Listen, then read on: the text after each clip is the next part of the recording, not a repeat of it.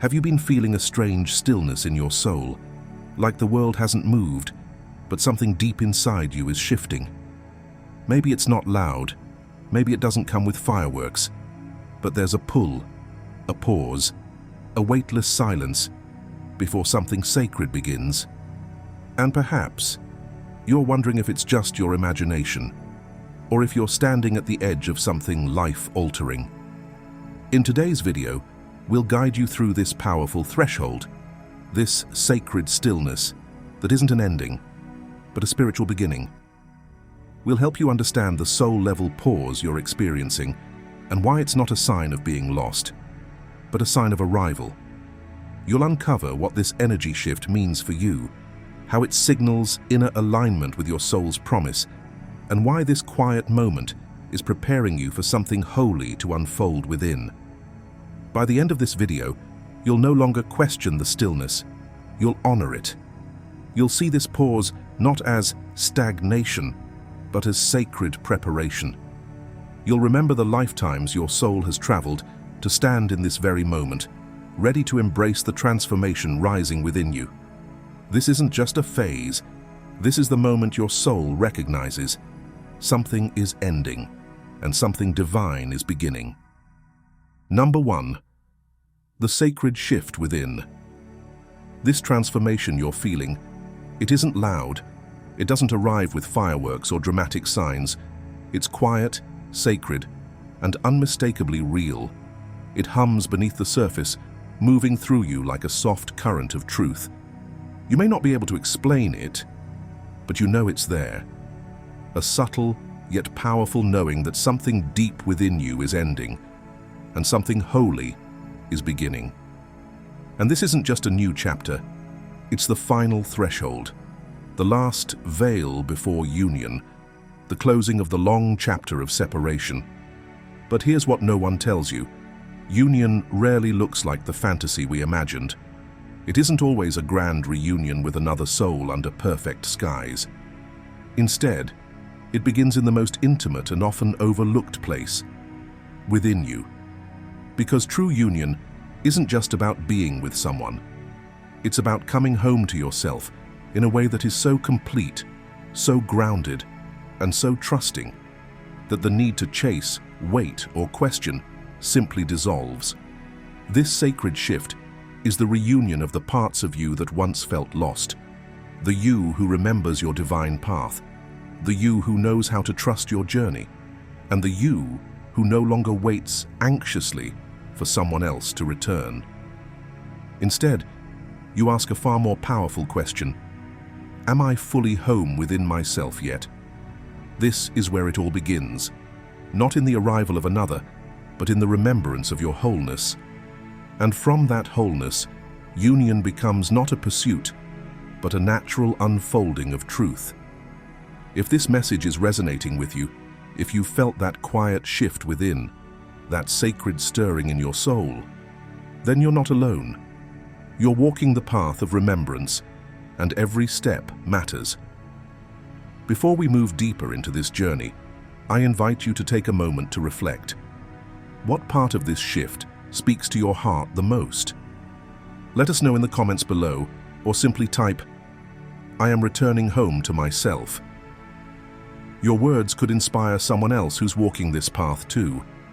And if this message is lighting something within you, don't forget to like this video, share it with someone who needs it, and stay with us, because what comes next will bring even more clarity to your journey. Number 2. The illusion of waiting. You may have believed that you were waiting for them, a message, a sign, a hand reaching through the silence to say, "I see you, I choose you." But the act of waiting is far more complex than it appears. It isn't merely a pause in motion or a patient gesture of love. More often, it is fear cloaked in reverence, insecurity masked as devotion. What you were truly waiting for wasn't their return. It was your own remembrance, an awakening within your soul that you were never lacking, never broken, never waiting at all. This journey strips away the illusions we unknowingly wear. It dissolves the belief that love is something we must chase, suffer for, or prove ourselves worthy of. It gently exposes the falsity that union resides in another's presence, or that fulfillment can only arrive when someone else comes home to us. The truth is simpler, yet far more powerful. Your soul has always been whole. The reunion you seek has always been with yourself. The divine does not test you through emotional droughts or punish you with longing.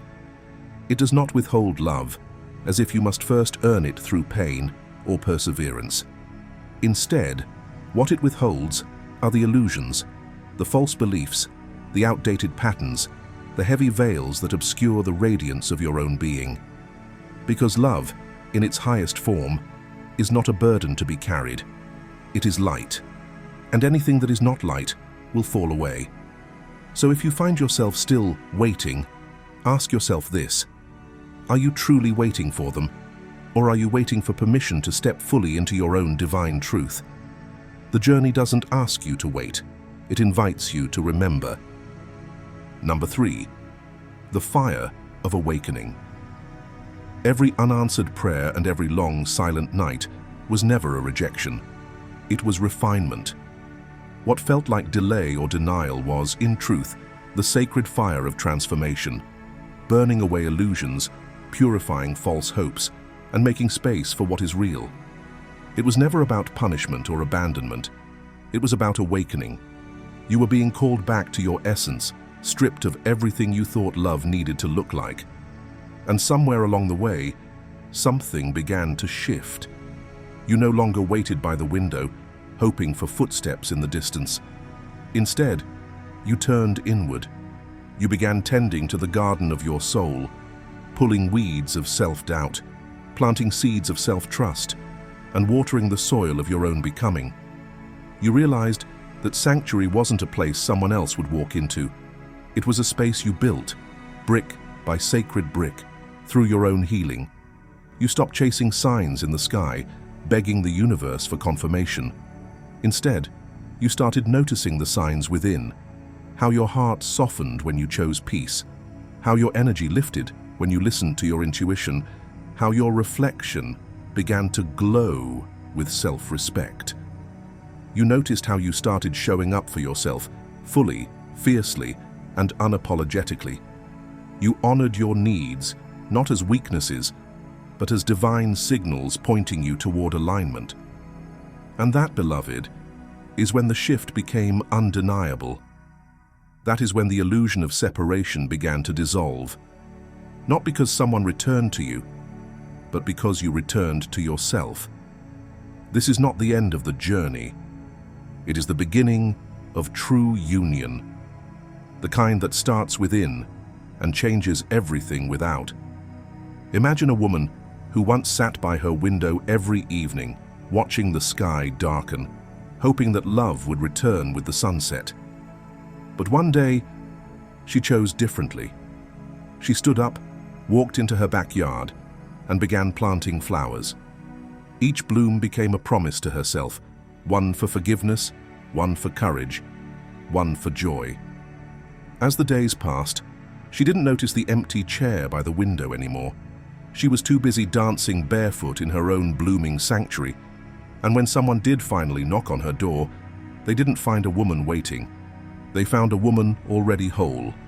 That, beloved, is what happens when you stop waiting and start becoming. Number 4, embodiment over expectation.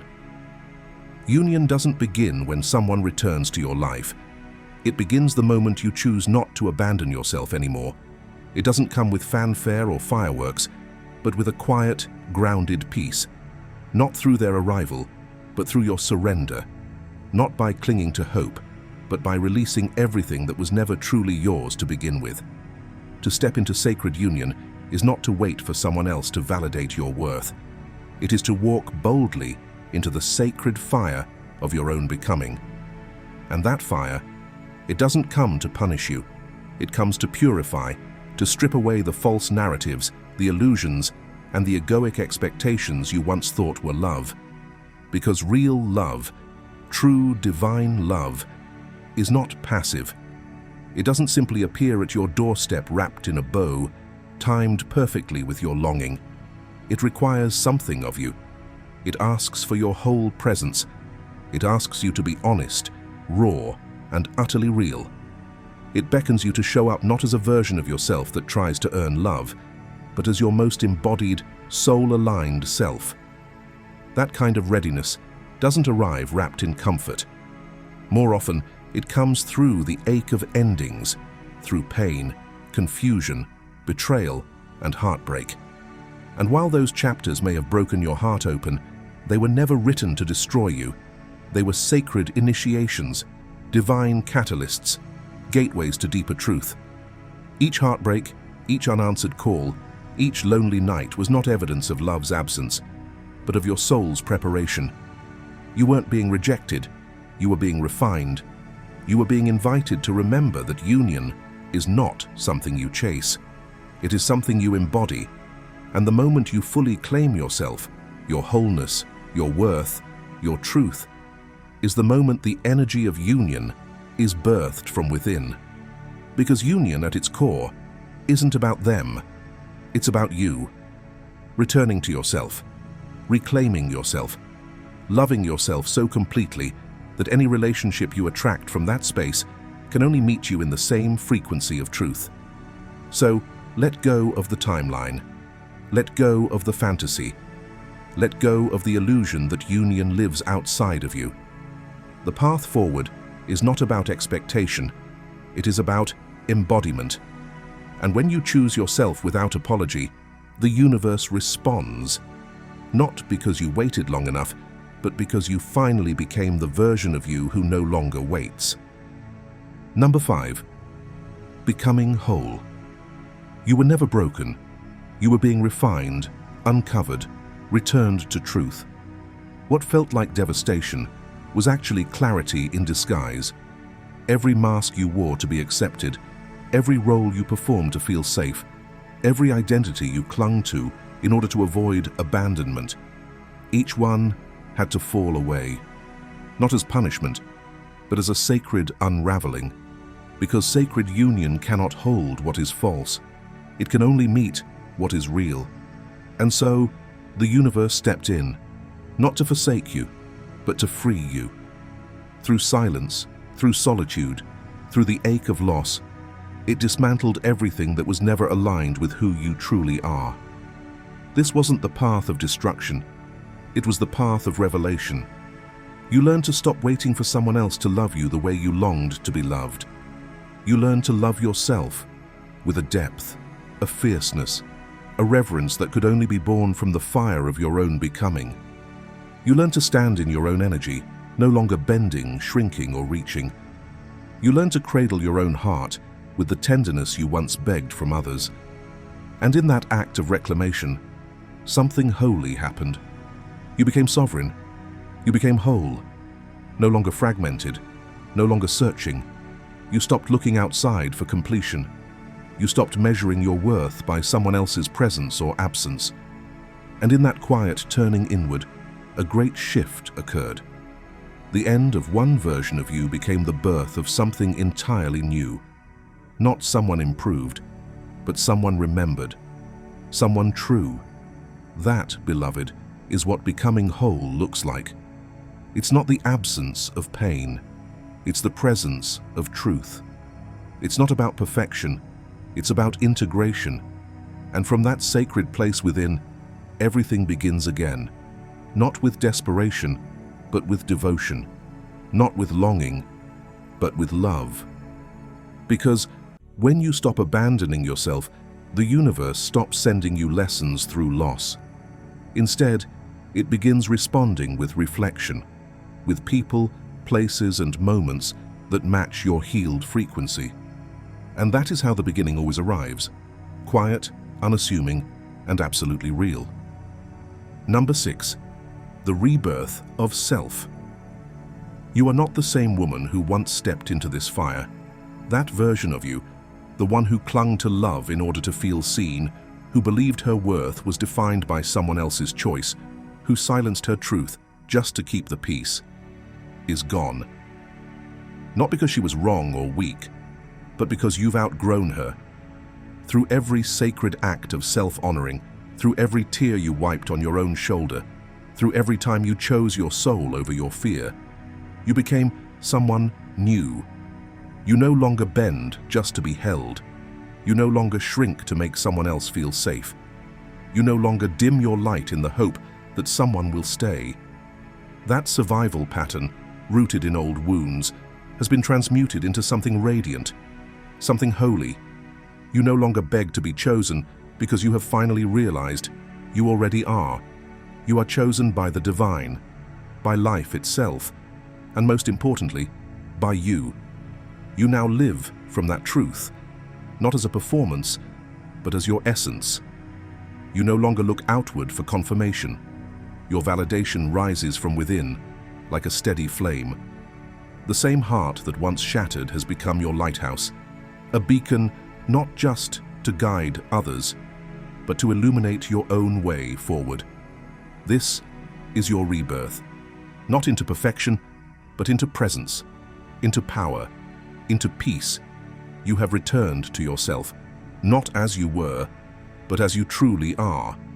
And in that return, you have found something far more enduring than being chosen by another. You have found the freedom of choosing yourself. So walk forward now, not in waiting, but in remembrance, not in longing, but in embodiment. The old self served her purpose, but the woman standing here now is sovereign, luminous, and whole. Number 7. The power of embodiment. You're no longer chasing union, you've become it. What once felt like a distant destination is now something you carry in your presence, in your breath, in your being. This is the quiet revolution, not the pursuit of love, but the embodiment of it. You've stopped reaching outward, stopped trying to prove your worth, stopped believing you must do something extraordinary to deserve love. Because the truth is, when your energy roots itself in sovereignty, love doesn't need to be chased. It arrives naturally. It's drawn to you, not because you demanded it, but because you became the vibration of it. Embodiment is louder than longing. It doesn't beg. It doesn't perform. It simply radiates. You no longer feel the need to convince anyone of your value. You no longer stretch yourself thin to be seen, or shrink yourself small to be accepted. You rest in your own light. You walk in your own knowing. You trust that what is real will recognize you, not because you chased it, but because your frequency made it undeniable. This is the way of the awakened divine feminine. She doesn't chase. She magnetizes. She doesn't shout to be heard. Her stillness becomes a prayer. Her joy becomes an offering. Her presence becomes a living altar. And through that sacred space, something profound happens. The divine masculine begins to feel the pull, not of urgency, but of truth. Not to rescue her, fix her, or complete her, but to join her, to rise to meet her where she already stands, in wholeness. That is where true union begins, not in fantasy, not in striving, but in resonance. When the feminine embodies her truth without compromise, she becomes a portal, a gateway not just to love, but to remembrance. And through that portal, love doesn't stumble in, it returns home. Because it always knew where she was. And now, she knows it too. If you've made it this far, it means something within you is awakening, something sacred, something true. Take a moment to breathe that in. Reflect on how far you've come and who you've become. You are not who you were at the beginning of this journey, and that in itself is a miracle. We'd love to hear your story, your breakthroughs, your moments of clarity, your quiet triumphs. Share them in the comments below, or simply type, "I am embodying my truth," as an affirmation to anchor this energy into your field. Your voice matters, your journey is sacred, and your embodiment is the light others have been waiting to see. Number 8. The moment. Everything shifts. A sacred inner realization. There comes a moment on the twin flame journey, silent, profound, and almost imperceptible, when everything within you transforms, even if nothing externally appears to have changed. They haven't texted, they haven't shown up at your door, there's no sudden sign in the sky, and yet your heart exhales. The desperate reach softens, the obsessive pull fades, and something deep within you no longer strains, because it no longer needs to. This moment is not another trial in disguise. It's not the universe teasing you with another cycle of waiting. No, this is the quiet crescendo before dawn breaks, the final breath before the sun touches the earth. You feel it not with fear or longing, but with stillness. Your soul no longer aches for their presence.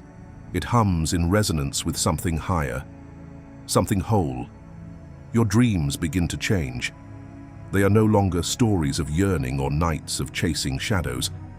They become sacred reunions, energetic meetings that leave you feeling filled rather than empty, restored rather than restless. You wake up not searching for meaning, but basking in the peace of it. And then the signs begin to show, not as breadcrumbs to keep you moving, but as confirmations of what you already know.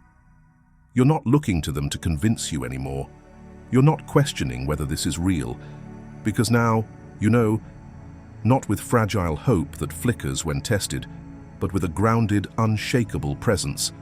This is the shift, the holy turning point. And it doesn't require evidence.